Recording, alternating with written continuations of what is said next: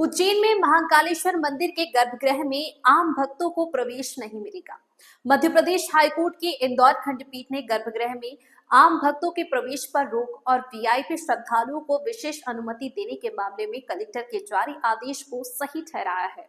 Indore high court की double bench ने स्पष्ट किया कि गर्भगृह में किसे प्रवेश मिलेगा यह तय करने का अधिकार कलेक्टर के पास ही रहेगा।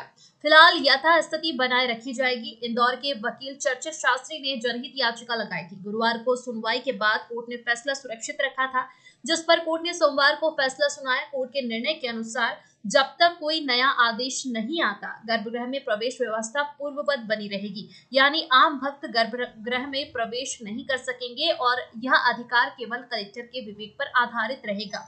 गौरतलब है कि 18 अगस्त को इंदौर निवासी याचिकाकर्ता वकील चर्चित शास्त्री के हाईकोर्ट में जनहित याचिका दाखिल की गई थी। एडवोकेट चर्चित शास्त्री ने बताया कि कोर्ट के आदेश के बाद वे 1-2 दिन में रिव्यू पिटीशन दाखिल करेंगे।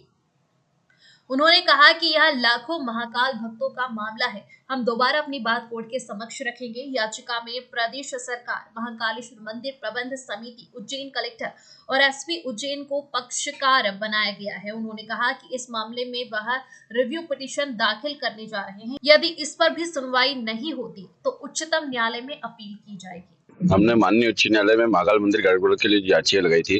उसमें माननीय न्यायालय द्वारा कल शाम को उसमें फैसला दिया गया। माननीय न्यायालय द्वारा एक पक्षी फैसला करके उसको कलेक्टर का जो अधिकार है उसको माना गया और हमारी जो याचिका है उसको व्यक्तिगत मान के माननीय न्यायालय द्वारा खारिज किया गया। ये हमारी व्यक्तिगत लड़ाई नहीं थी। आप सभी मीडिया वालों ने, आपने भी उसमें जो पूरे देश में आवाज उठाई, इस तो देश की हर एक जनता चाहती थी कि यह जो सुविधा वीआईपी कल्चर है इसको खत्म किया जाए और इसके लिए हमने याचिका लगाई थी। हमारी व्यक्तिगत लड़ाई नहीं थी। अब न्यायालय का जो भी आदेश है हम उसका स्वागत करते हैं। हम न्यायालय को हम अभी रीट याचिका लगाएंगे।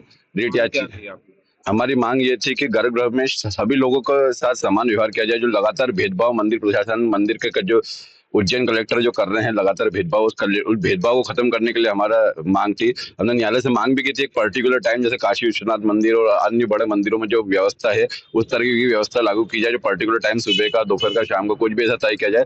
जो व्यक्ति जिसके महाकाल बाबा सभी का आराध्य, देश विदेश से सभी श्रद्धालु आते, तो एक बार जाके बाबा को अपना भले वर्ष में एक बार जाके अपना आराध्य को जाके जल चढ़ा सके, हमारी मांग थी। न्यायालय ने उसको व्यक्तिगत मामला मान के उसको हमारे जो याचिका थी उसको खारिज कराए।